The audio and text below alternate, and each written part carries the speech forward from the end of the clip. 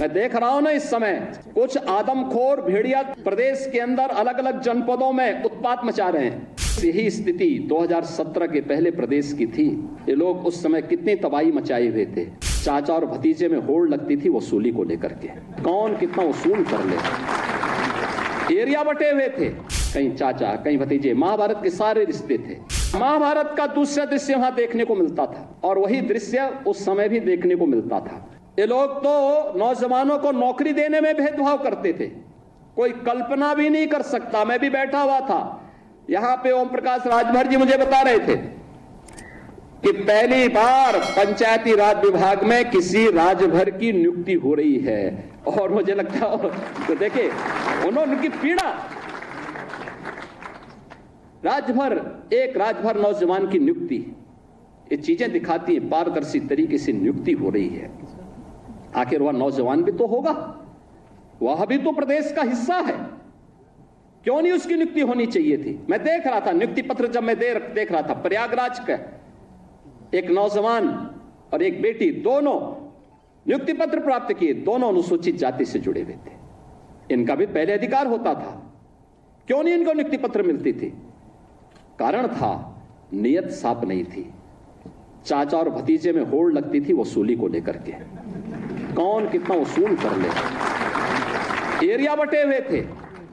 मैं देख रहा हूं ना इस समय कुछ आदमखोर भेड़िया प्रदेश के अंदर अलग अलग जनपदों में उत्पात मचा रहे हैं। और कमोबेश यही स्थिति 2017 के पहले प्रदेश की थी। ये लोग उस समय कितनी तबाही मचाए हुए थे, किसी से छुपा हुआ नहीं है। और इनके भी एरिया बटे हुए थे वसूली के, कहीं चाचा कहीं भतीजे, महाभारत के सारे रिश्ते थे, सारे रिश्ते। फेल हो जाएगा। महाभारत का दूसरा दृश्य वहां देखने को मिलता था और वही दृश्य उस समय भी देखने को मिलता था।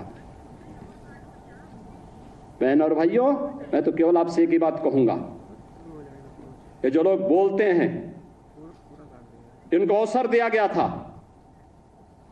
जब उन्होंने नहीं किया है और जब इन्हें अवसर मिला है कि वो लूट खसोट किए हैं, तो इनको फिर से ये लोग कुछ भी बोले, कभी विश्वास करने की आवश्यकता नहीं। ये लोग बोलते रहेंगे क्योंकि इनके पास अब बोलने के सिवाय कुछ भी नहीं बचा हुआ है।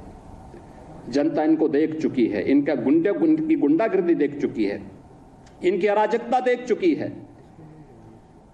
इनके द्वारा किए जाने वाले अमर्यादित आचरण को देख चुकी है।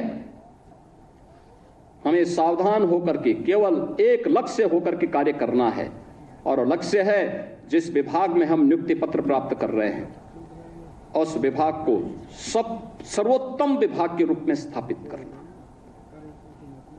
आप अगर अपने कर्तव्य का ईमानदारी पूर्वक निर्वहन कर रहे हैं तो आपके द्वारा किया जाने वाले प्रयास उत्तर प्रदेश को देश की नंबर 1 की अर्थव्यवस्था बनाएगा, और उत्तर प्रदेश देश की नंबर 1 की अर्थव्यवस्था बन जाएगा।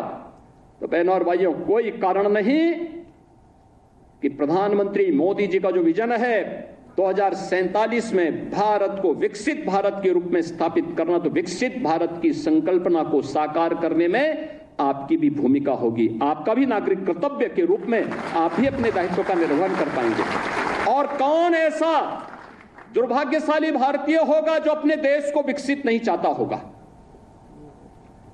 अगर कोई भारत को विकसित होने के लिए, होने में उसको कोई गुरेज है, कोई संकोच है, तो उसको फिर भारतीय होने का अधिकारी भी वह नहीं है। अगर किसी को अपने देश के विकसित होने में भी खुशी की अनुभूति न होती हो तो